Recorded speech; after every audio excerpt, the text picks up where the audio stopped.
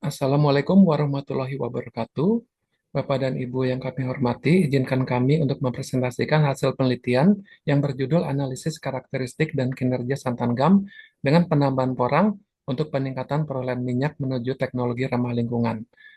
Adapun peneliti meliputi dosen Muhammad Taufik Fatadin, saya sendiri, dan Dr. Dwi Ati Mardiana, dan mahasiswa Andrian Sutiadi. Kami dari Prodi Magister Teknik Perminyakan, Fakultas Teknologi Kebumian dan Energi, Universitas Trisakti, Jakarta. Chemical flooding merupakan salah satu metode dari peningkatan perolehan minyak, di mana polymer flooding merupakan salah satu dari chemical flooding. Fungsi dari polimer adalah untuk meningkatkan viskositas dari fluida injeksi, sehingga memberikan efisiensi penyapuan minyak yang lebih baik. Ada dua polimer, yaitu polimer alami dan polimer sintetik. Poliakrilamid dan santan GAM berturut-turut adalah polimer sintetik dan alami yang paling banyak digunakan di lapangan. Urgensi dari penelitian ini adalah penerapan dari polimer porang sebagai aditif untuk injeksi santan GAM. Tujuan dari penelitian ini adalah untuk mengetahui karakteristik dan efek dari penambahan porang pada injeksi santan GAM terhadap perolehan intermediate crude oil pada salinitas rendah dan sedang. Metode yang dilakukan adalah uji kompatibilitas atau uji transmitansi, uji viskositas, uji adsorpsi, dan sandbag flooding. Kemudian dilanjutkan dengan pemodelan ANN dan ANFIS. Metodologi yang kami lakukan adalah persiapan alat dan bahan, pengukuran sifat fisik sandbag dan minyak, dan juga larutan polimer. Kemudian dilakukan uji absorpsi untuk masing-masing larutan, dan uji viskositas, dan dilanjutkan dengan uji kompatibilitas atau transmitasi. Apabila memenuhi persyaratan, maka dilakukan pemilihan larutan dengan konsentrasi dan salinitas yang menghasilkan viskositas yang tertinggi. Kemudian untuk larutan terpilih dari santan GAM, dari larutan porang dan campuran antara porang dan santan GAM dilakukan sandbag flooding yang terdiri dari water flooding dan polymer flooding. Selanjutnya dilakukan pemodelan dengan ANN dan ANFIS. Tabel 1 memperlihatkan larutan-larutan yang kami buat dengan berbagai konsentrasi dan salinitas. Tabel 2 memperlihatkan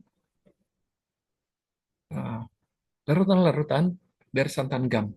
Dan tabel ketiga diperlihatkan larutan-larutan untuk campuran porang dan santan GAM. Ukuran dari sandbag diperlihatkan pada slide ini, di mana kami membuat 3 sandbag dengan porositas dan volume minyak mula-mula di dalam sandbag diperlihatkan pada tabel 4. Untuk uji adsorpsi, kami melakukan penimbangan pasir berukuran 40 mesh atau 60 mesh sebesar 40 gram, kemudian dimasukkan ke dalam botol, kemudian kami tuangkan larutan polimer sebanyak 20 ml.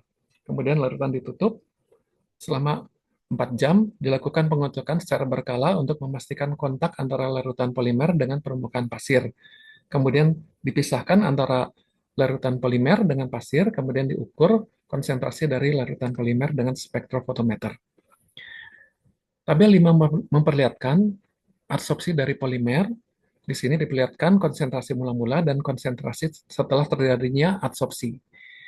Diperlihatkan bahwa untuk adsorpsi dengan pasir berukuran 60 mesh memperlihatkan konsentrasi akhir yang lebih rendah, disebabkan karena luas permukaan yang lebih luas dibandingkan dengan yang 40 mesh.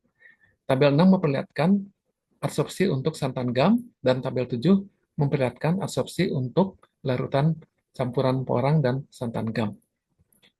Kemudian dilakukan uji transmitansi dengan menggunakan spektrofotometer, di mana gambar 1 ini memperlihatkan hasil pengukuran transmitansi, di mana transmitansi cenderung untuk berkurang dengan bertambahnya salinitas dan konsentrasi.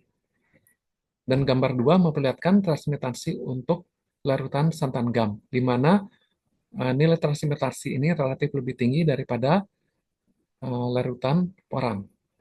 Dan gambar 3 memperlihatkan nilai transmitasi untuk larutan campuran porang dan santan GAM.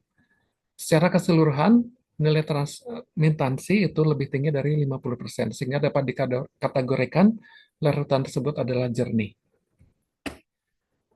Tabel 8 memperlihatkan hasil pengukuran densitas untuk larutan porang, baik sebelum dan setelah terjadinya absorpsi.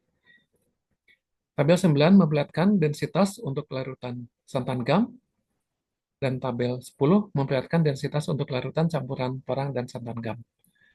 Gambar 4 memperlihatkan hasil pengukuran densitas untuk larutan porang, larutan santan gam, dan larutan campuran porang dan santan gam. Di sini diperlihatkan bahwa konsentrasi dan salinitas itu berbanding lurus dengan densitas. Di sini juga diperlihatkan bahwa densitas larutan porang itu adalah yang terendah, yang tertinggi larutan santan gam, dan yang menengah adalah larutan campuran porang dan santan gam. Disebabkan karena densitas larutan porang lebih tinggi dari uh, maaf, densitas dari santan gam lebih tinggi dari porang. Tabel 11 memperlihatkan hasil uji viskositas sebelum dan setelah absorpsi untuk larutan porang, dan tabel 12 untuk larutan santan gam, dan tabel 13 untuk larutan porang dan santan gam. Gambar 4 memperlihatkan hasil pengukuran viskositas untuk seluruh larutan. Dari masing-masing larutan porang, santan gam, dan campuran antara porang dan santan gam dipilih larutan yang mempunyai viskositas yang tertinggi. Larutan yang dengan viskositas tertinggi diperoleh pada salinitas 6.000 ppm dan konsentrasi 6.000 ppm untuk larutan porang, larutan santan gam, dan larutan campuran antara porang dan santan gam. Masing-masing viskositasnya adalah 3,5 centipoise, 203,49 centipoise, dan 284,72 centipoise. Hasil pengukuran recovery factor dari sandpack flooding yang terdiri dari water flooding dan polymer flooding diperlihatkan pada gambar 5 dan tabel 4. Berdasarkan tabel dan gambar diperoleh bahwa untuk water flooding menghasilkan recovery factor dari minyak kira-kira sebesar 77%.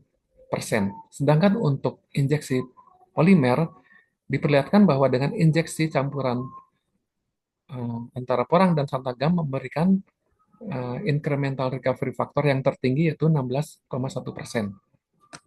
Selanjutnya dilakukan pemodelan di sini. Kurva viskositas dilakukan digitasi, dan dari 70% dari data digitasi dipergunakan untuk training, 15% untuk validasi, dan 15% untuk testing. Di sini diperlihatkan koefisien korelasi yang mendekati 1. Gambar 4 memperlihatkan struktur daripada artificial neural network di mana ada 2 input, 1 hidden layer, dan 1 output. Kemudian dilakukan juga pemodelan dengan UNFIS untuk viskositas. Gambar 4 memperlihatkan struktur dari UNFIS. 70% dari data dipergunakan untuk training dan 30% untuk testing. Dan keduanya juga memperlihatkan koefisien korelasi yang mendekati 1. Untuk mengetahui keakuratan dari prediksi viskositas dengan ANN dan UNFIS, maka dilakukan perbandingan antara hasil pengukuran dengan hasil prediksi. Berdasarkan tabel, perbandingan antara ANN dengan data itu memberikan koefisien korelasi sebesar 0,998959. Sedangkan untuk UNFIS memperlihatkan koefisien korelasi sebesar 0,9999674. Demikian presentasi kami. Terima kasih. Wassalamualaikum warahmatullahi wabarakatuh.